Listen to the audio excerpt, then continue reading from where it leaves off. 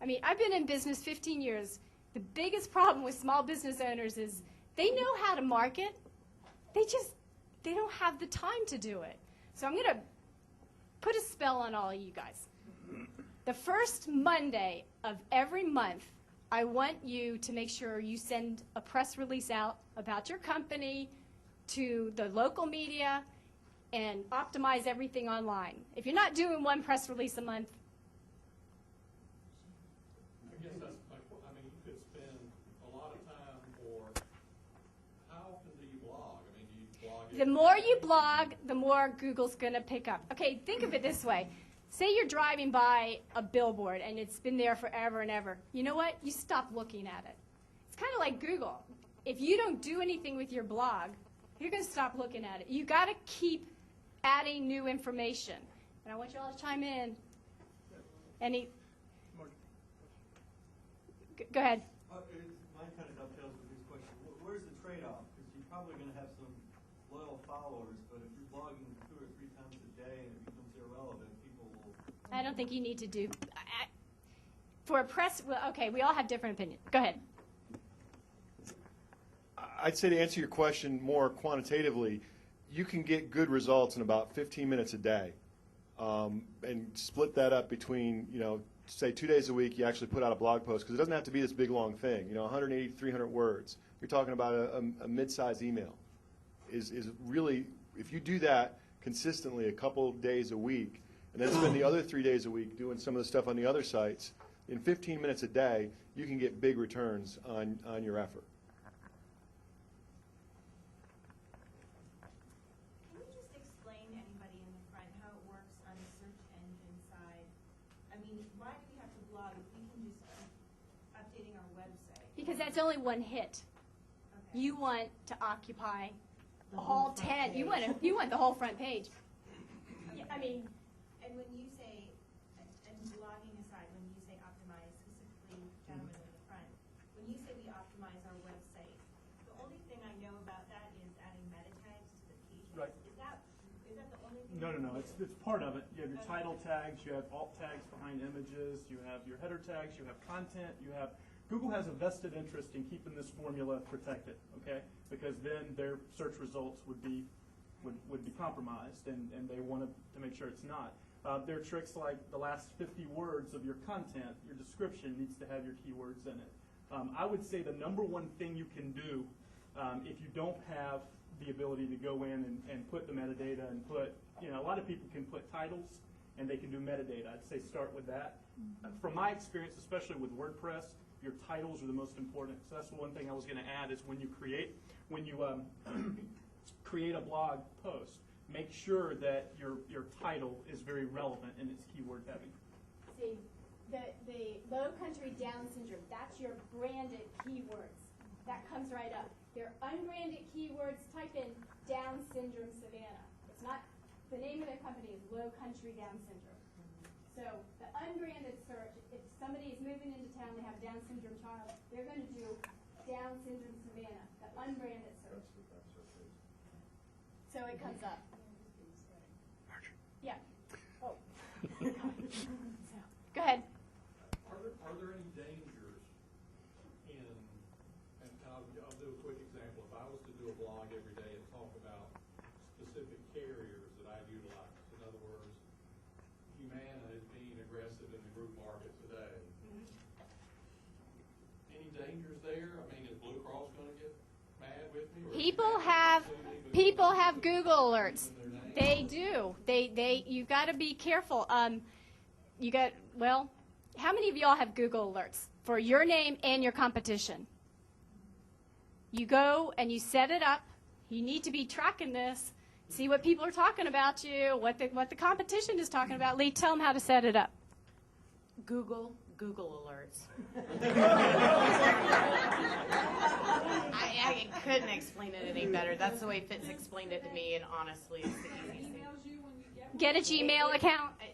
You don't have to have a Gmail account. You just have Google alerts, and it tells you how it works. And you set up a Google alert, and you can say we have alerts for the Creative Coast Alliance, Creative in Savannah, Creative Economy, those are some of the ones I have, and then we might have them for our individual selves. I don't, but we could. And so, and it just, it tells you every time Google picks up that mention. So, you know, if it's talking about Carriage Trade PR and you didn't know somebody was talking about you, it's going to come out there. Now, Send you an email. yeah, and I get these emails every morning. 99% of them are absolutely things we're aware of and, you know, no cause for concern. But it's also nice just to see that there's consistency and it's being spread out. So it's almost a confirmation as well. We use well, it's called trackur.com, and I can put in anybody's name, and it will tell you what people are talking about you. Do you, Chris, do you use TrackUR, or just Google it? Yeah. Question? I had just a comment that, you know, in terms of an online strategy, you need to think in terms of short-term and long-term.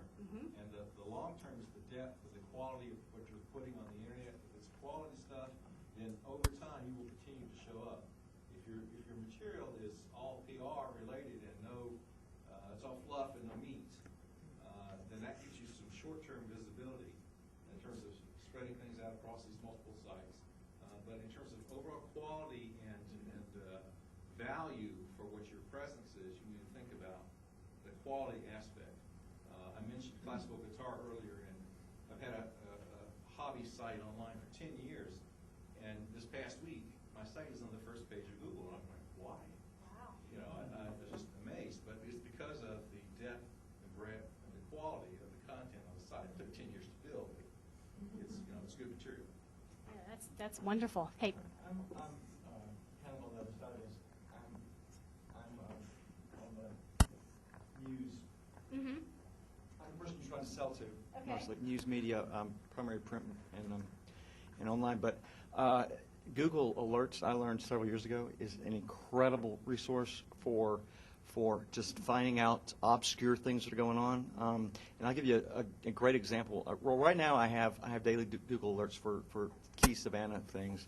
90% of it is stuff from the morning news and WTOC and WSAV.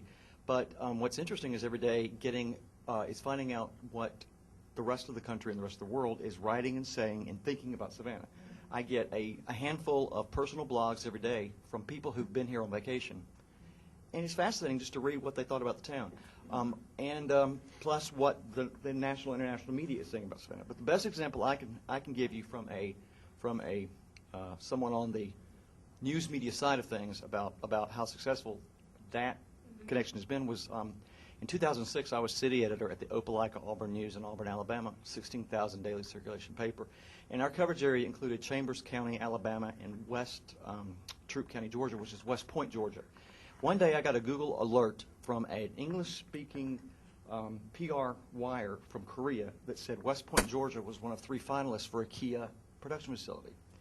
And I went, wow, that's news. And I had one of our reporters call the mayor in West Point, and he said, how did you find out about that? The next day, in this big headline, we said Kia, we were the first U.S. media outlet to report that Kia was coming to Georgia. And that's how those Google alerts can benefit your business. Awesome. Good example. Thank you. You know, we only have 3 minutes.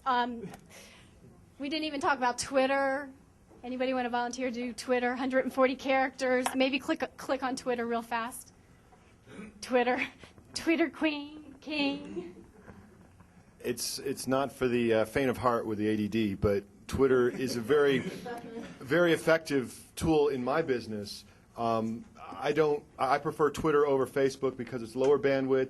I can go in, I can go out. There's no expectation when you're not there. It's easy to turn off. I can access it anywhere from my phone. I was tweeting while I was here. I have gotten business. Put Chris's tweets on. What is it? Chris Cree. You're gone. What do you mean? Of course you're always missing. Thank you. I've gotten business. I've gotten vendors. I've gotten answers to questions. I'll throw up, hey, anybody know about this? I've got some people that are subject matter experts that I can direct message particular questions. They'll come back with me, usually within instance, and give me instant answers to my problems. It saves Google searching. It's a great tool in my business.